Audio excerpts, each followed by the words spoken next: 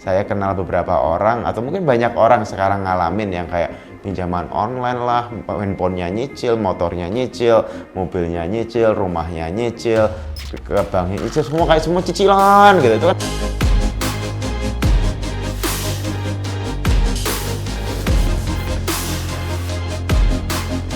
halo teman-teman, ketemu lagi One Day One Book, perjalanan 1000 hari 1000 buku. Ditantang anak-anak, tiba-tiba ramai juga di depan saya banyak orang. Jadi di sini kita mau diskusi dikit tentang keuangan. Jadi kayak biasanya tim marketing, sekarang keuangan dikit. Ini ada salah satu financial guru di Amerika, sangat terkenal, punya show-nya sendiri dan udah ngelakuin ini puluhan tahun. Sekarang anaknya juga udah ikutan.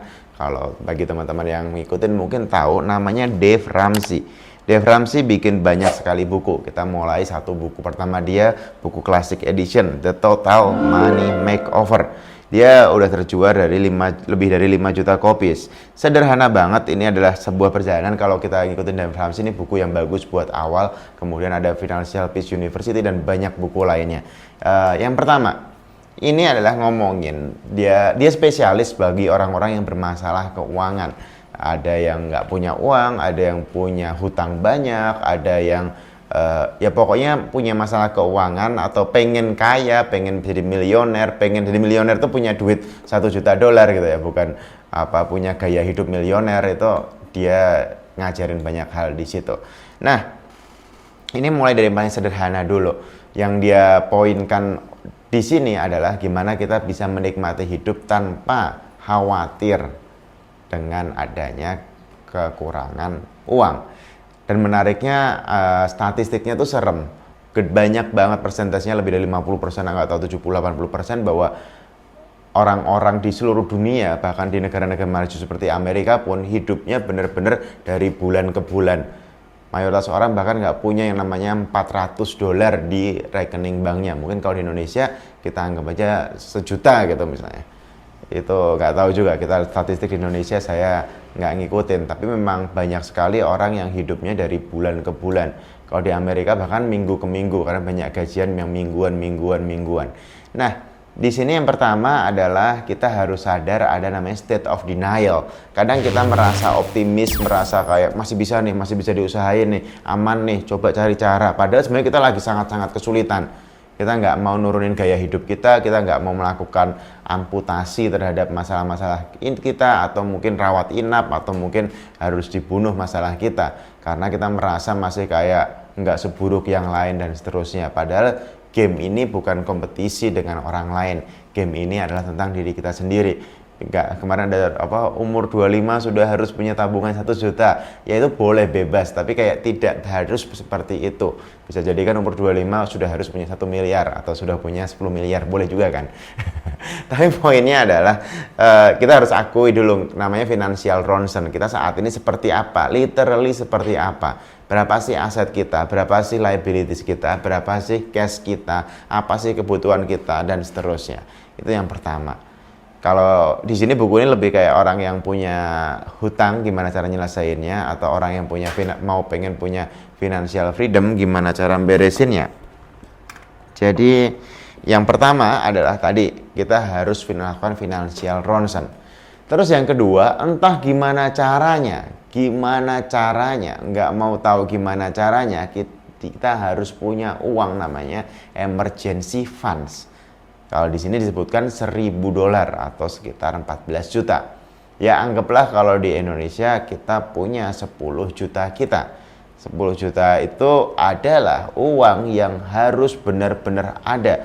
Mau kita istilahnya jual handphone, komputer, sofa, apapun, kita harus punya uang itu kalau kata Dave Ramsey. Kenapa? Karena shit happen bisa terjadi kapanpun. Motor kita mogok, bisa jadi tiba-tiba butuh 400.000. Bisa jadi kita sakit ke dokter butuh 1,5 juta. Tapi kayak 10 juta ini kayak ngamanin kita biar kita ngerasa hidupnya jauh lebih nyaman, jauh lebih enak, jauh lebih damai, jauh lebih tenang. Jangan-jangan kita kayak ada kebutuhan yang mendesak, harus beli apa, harus ngeluarin apa, ada kecelakaan, atau misalnya anak sakit. Kalau kita nggak megang ini, hidup kita kayak benar-benar tersandra bulan demi bulan.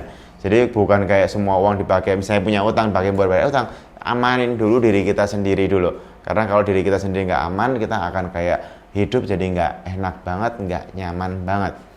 Terus kemudian berikutnya poin nomor 2. Ini ada 2 pilihan. Kalau Anda sudah nggak punya utang ya bagus. Kalau artinya go next step, yaitu gimana kita punya misalnya pengeluaran tiap bulan 10 juta atau misalnya 20 juta, 30 juta, terserah kalian.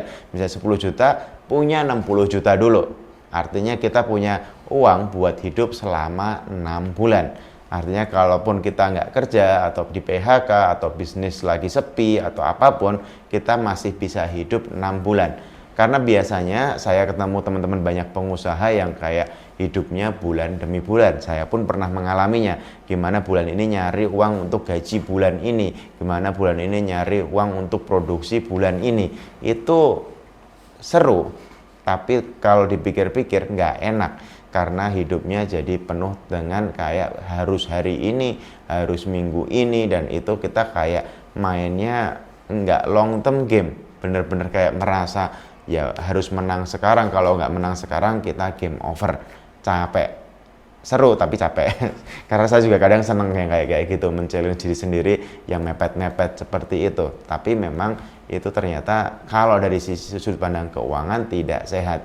Berikutnya jika kita punya utang, misalnya kita punya utang di let's say 30 tempat. Kenapa saya bilang 30 tempat? Saya kenal beberapa orang atau mungkin banyak orang sekarang ngalamin yang kayak pinjaman online lah, handphonenya nyicil, motornya nyicil, mobilnya nyicil, rumahnya nyicil, ke banknya nyicil, semua kayak semua cicilan gitu. Itu kan sebenarnya hutang.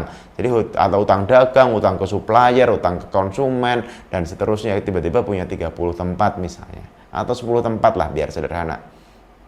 Apalagi kalau yang riba, bunga berbunga. Poinnya biasanya kita bayar yang bunganya paling gede dulu karena kita ngerasa rugi kalau bunganya paling gede. Tapi ternyata ini bukan masalah keuangan, ini masalah psikologis. Dave Ramsey ngajarin bayar yang paling kecil dulu. Kalau misalnya kita punya utang 1 juta, 5 juta, 10 juta, 20 juta, 50 juta, 1 juta, 200 juta, 500 juta misalnya. 500 juta kan misalnya ada ini berbunga ke bank misalnya, kan kita ngerasa kayak kalau ini nggak dibayar game over. Tapi di sini dia ngajarin bayarin 1 juta dulu biar kita kayak namanya debt snowball. Debt snowball itu apa sih? Ngerasa bahwa snowball itu apa? Bola salju, kayak muter makin lama makin gede. Jadi kita bayar yang kecil dulu, beres, bayar yang kecil lagi, beres. Jadi kita ngerasa winning, ngerasa menang, ngerasa ada progress, ngerasa kayak oh beres nih, oh menang nih gitu, oh berhasil nih gitu. Itu akan bikin kita jauh lebih keren lagi. Nah itu poin ini adalah kita list semua yang hutang-hutang kita tadi, baru kita ngomongin debt snowball. Sebenarnya itu make sense banget karena kata Dave Ramsey dibilang bahwa ini bukan masalah ekonomi, bukan masalah keuangan, bukan masalah matematika. Ini adalah masalah mental, masalah psikologis, masalah karakter. Karena kalau kamu nggak punya masalah psikologis, mental, karakter, kamu nggak akan terlilit hutang yang terlalu rumit untuk diberesin. Jadi yang perlu diberesin adalah karakter kamu dulu. Jadi kayak itu sederhana banget buku ini jelasin. Kemudian setelah itu, ketika kita sudah punya yang namanya emergency fund $1.000, kehidupan buat 6 bulan, dan mulai beresin hutang-hutang kita jadi tahu, oh ini gini, kita udah mulai rapi, baru kita bisa gila-gilaan untuk apa ya, pertama memang aset alokasi ya, artinya ini tabung. Jadi gini, making money semua orang bisa making money, nggak ada yang nggak bisa making money in any way lah, in so many certain way. Itu kayak orang kayak bisa make money gitu. Buktinya kita jarang banget dengerin orang mati kelaparan di Indonesia. Ada mungkin tapi jarang banget, artinya kayak ya semua orang hidup lah gitu. Nah game keeping the money ini kayak game yang sangat sedikit orang yang bisa.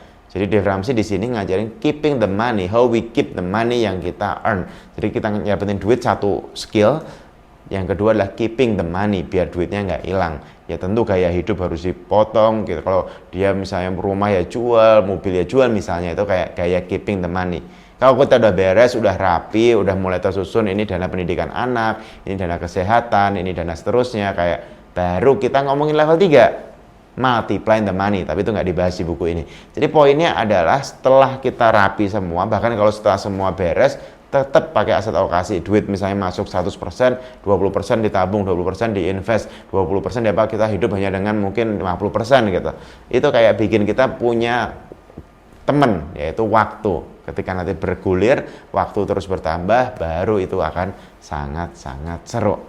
Jadi inti dari buku ini adalah amankan diri Anda, anggap besok mungkin nggak sebagus hari ini atau tahun depan bisa jadi ada krisis lagi, sehingga kita sudah mengamankan kehidupan kita untuk beberapa tahun ke depan, terutama bersama keluarga dan teman-teman atau tim kita tercinta. Artinya ini harus dibuat plannya, bukan sesuatu yang kita sadar di satu hari terus besoknya lupa lagi. Ini memang game agak jangka panjang. Bisa jadi kita beresin ini dalam waktu 5 tahun atau 3 tahun atau 1 tahun terserah, tapi memang ada game tiap bulannya. Nanti di video berikutnya baru mungkin kita ada bahas gimana cara dapetin duit lebih banyaknya. Tapi di sini yang penting keluarnya dijaga, tabungannya mulai dikumpulin gitu. Kemudian kalau ada hutang dibayar dari yang paling kecil sehingga makin lama makin beres. Semangat.